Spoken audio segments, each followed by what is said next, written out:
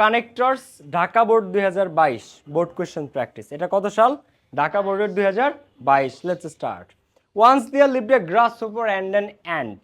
একদা বা এক সময় এক গ্রাসহপার আর একটা অ্যান্ট বাস করত। The ant was hard working. অ্যান্টটা পিঁপড়াটা কি ছিল? পরিশ্রমী। পিঁপড়াটা কি ছিল? পরিশ্রমী। Dash the grasshopper was lazy. Grasshopper meaning কি? ঘাস ফড়িং। কি শিওর তো তোমরা? আমি কিন্তু জানি না এটার মানে কি। Okay good.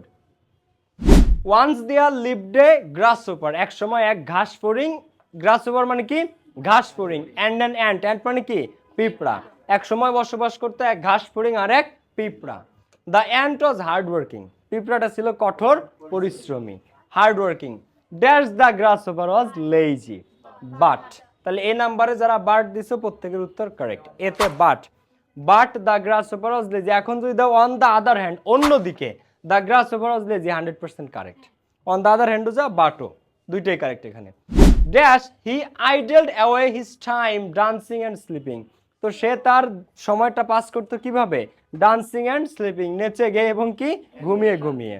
তো এখন একটা লোক অলস, একটা লোক কি অলস। তো এখানে আমরা বলছি but the grasshopper was lazy, so কি দিব? সো। তাই he idled away his time, কারণ সে অলস ছিল, তাই সে এই idled away his time dancing and sleeping. Dash sometimes advise the ant not to work so hard.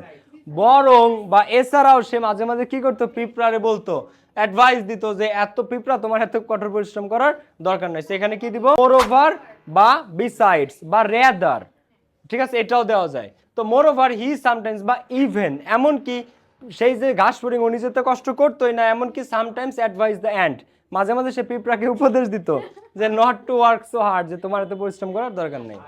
Dash the ant paid no heed to the grasshopper. কিন্তু the ant paid no heed to the grasshopper, কিন্তু এই paid no hit মানে কোনো মনোযোগ না দেওয়া, কোনো মনোযোগ না দেওয়া, সে কোনো মনোযোগ দিত না এটাতে, এই গ্রাসহপারের কথায়। রেদার বরং বা ইনস্টিড, বরং ওইটার পরিবর্তে, হি continued to work hard gathering food for the coming winter. So rather he continued work hard মানে সে ওই ঘাস ফড়িং এর কথা কোনো কান না দিয়ে সে তার খাবার সংগ্রহ করে রাখতো। এবার অ্যাট লাস্ট, অবশেষে উইন্টার কেম। তো অ্যাট লাস্ট কি দিব আমরা? At last the surface of the earth went under the snow. পৃথিবীর উপরিভাগ চলে গেল স্নো কভারের নিচে, স্নোতে ঢাকা। Dash the grasshopper couldn't find any food as a result বা কনসিকুয়েন্টলি। সবকিছু যখন তুষারের নিচে, এটার ফলে দেখো দ্য গ্রাসহপার ঘাস ফড়িং কুডেন্ট ফাইন্ড এনি ফুড, সে কোনো খাদ্য খুঁজে পেল না। সো অ্যাজ এ রেজাল্ট বা consequently. Dash he had nothing in stock. More over, তারপরে বা মোর ওভার মানে এছাড়াও তার স্টকেও কিছু ছিল না। সো তাই he went to the ant for help. অবশেষে সে কি করে?